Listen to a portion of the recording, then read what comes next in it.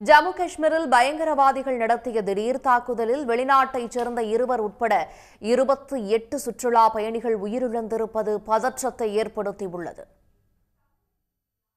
ஜம்மு காஷ்மீரின் அனந்தநாக் மாவட்டத்தில் பஹல்காம் பகுதியில் உள்ள பைசரான் பள்ளத்தாக்கிற்கு 40க்கும் மேற்பட்ட சுற்றுலா பயணிகள் சென்றிருந்தனர். குதிரை சவாரியில் இயற்கை அழகை ரசித்துக் கொண்டிருந்த போது பிற்பகல் 2:30 மணியளவில் ராணுவ சீருடையில் வந்த பயங்கரவாதிகள் திடீரென தானியங்கி துப்பாக்கியால் சரமாரியாக துப்பாக்கிச் சூடு நடத்தினர். இதில் சுற்றுலா வந்த நேபாளம் மற்றும் ஐக்கிய அரபு அமீரக நாட்டைச் சேர்ந்த 2 இந்திய கடற்படை அதிகாரி உட்பட 28 பேர் உயிரிழந்தனர். உயிரிழந்தவர்கள் கர்நாடகம், மகாராஷ்டிரா, குஜராத் உள்ளிட்ட மாநிலங்களைச் சேர்ந்தவர்கள் என தெரிவிக்கப்பட்டுள்ளது. பைசரான் பகுதிக்கு செல்ல போதிய சாலை வசதி மற்றும் போக்குவரத்து இல்லாததால் அங்கிருந்தவர்களை மீட்பதில் சிக்கல் ஏற்பட்டது. இதையடுத்து உடனடியாக சம்பவ இடத்திற்கு விரைந்த பாதுகாப்பு படையினர் பைசரான் பகுதியில் இருந்தவர்களை ஹெலிகாப்டர்கள் மூலம் மீட்டனர். அவர்களில் படுகாயமடைந்த 12 பேர் பஹல்காம் மருத்துவமனையில் சிகிச்சை பெற்று வருகின்றனர்.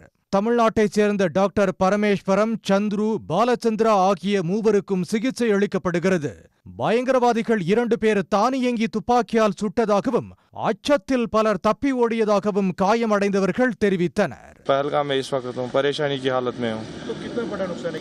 अंदाज़ा नहीं कितना परेशान है हम, कितना नुकसान हुआ, ये सब के लिए नुकसान है। पहले इंसानी जो जाने चली गई, इनका बड़ा दुख है हमें। हम खुद परेशान है, हमें समझ में नहीं आ रहा है हम कहाँ पे है। हमारे गेस्ट भी परेशान हैं, हम भी परेशान हैं।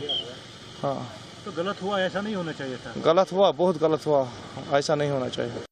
बहुत बड़ा नुकसान हुआ सर, बहुत परेशानी है। काम भी हमारा चला गया, पूरा हमारी बर्बादी हो चुकी है सर। इसकी वजह से पूरा ख़त्म हो चुका, हमारी रोज़ी भी ख़त्म हो चुकी है सर।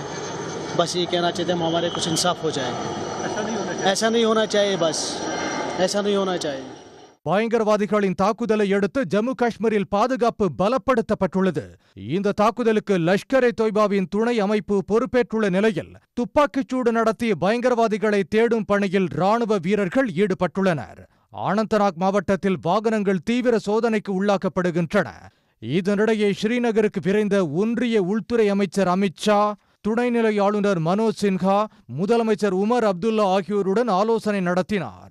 அமெரிக்க துணை அதிபர் இந்தியாவில் பயணம் மேற்கொண்டுள்ள நேரத்தில் நடந்துள்ள பயங்கரவாத தாக்குதல் காரணமாக சவுதி அரேபியா பயணத்தை பாதியிலேயே முடித்துக்கொண்டு பிரதமர் மோடி நாடு திரும்பினார்.